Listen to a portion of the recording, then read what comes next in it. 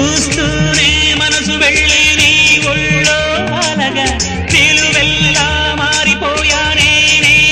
నీడగా నిలువదు నిమిష నువ్వు ఎదురుంటే కదలదు సమయం కనబడకుంటే నువ్వు వస్తూనే ఇంద్రజాలం చేశావమ్మా కవ్విస్తూనే చంద్రజాలం వేశావమ్మా పరిచయమే చేశావే నన్నే నాకు కొత్తగా